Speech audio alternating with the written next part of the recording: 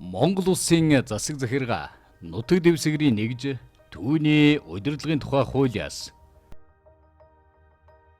48 дугаар зүйл хурлын шийдвэр 48-ийн 1 иргэдийн төлөөлөгчдийн хурал хилэлцсэн асуудлаар тогтоол гаргах бөгөөд түүнийг тухайн хурлын хуралдаанд оролцсон төлөөлөгчдийн баг хорооны хурлын хуралдаанд оролцсон иргэдийн олонхын саналаар батлана.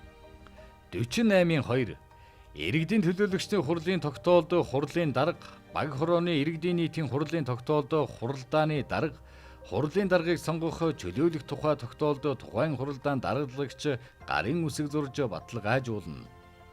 48-ийн 3 аймаг сум нийслэл дүүргийн иргэдийн төлөөлөгчдийн хурлын үйл ажиллагааны зохион байгуулалтын асуудлаар хурлын дарга захирамж гаргана.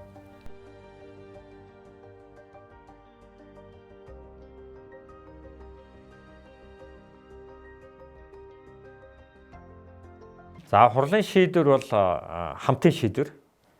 Тэгэхээр хурал хилцсэн асуудлаараа тогтоол гаргаж баталдаг. Тэгэхээр хурлын хуралдаанаас гарсан шийдвэрийг төлөөлөгчдийн олонхын саналаар батална.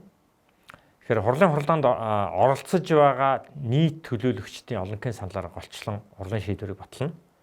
Зүгээр зарим шийдвэрийг тухайлбал засаг даргын хоргийг хилэлцэх эсвэл хурал тарахтай холбоотой асуудлаар гарч байгаа шийдвэр бол хуралдаанд оролцсон төлөөлөгчдийн олонхын саналаар биш харин нийт төлөөлөгчдийн олонхын саналаар шийдвэрлэх хуулийн зохицуулттай. Хурлын тогтоолд хурлын дарга, нарийн бичгийн дарга баталгаажуулж гар үсэг зурдаг. Зүгээр хурлын даргыг сонгосон мөн түүнчлэн огцруулсан чөлөөсөн тогтоолд бол тухайн хурлын хуралдааныг даргалсан төлөөлөгч гар үсэг зурж баталгаажуулна.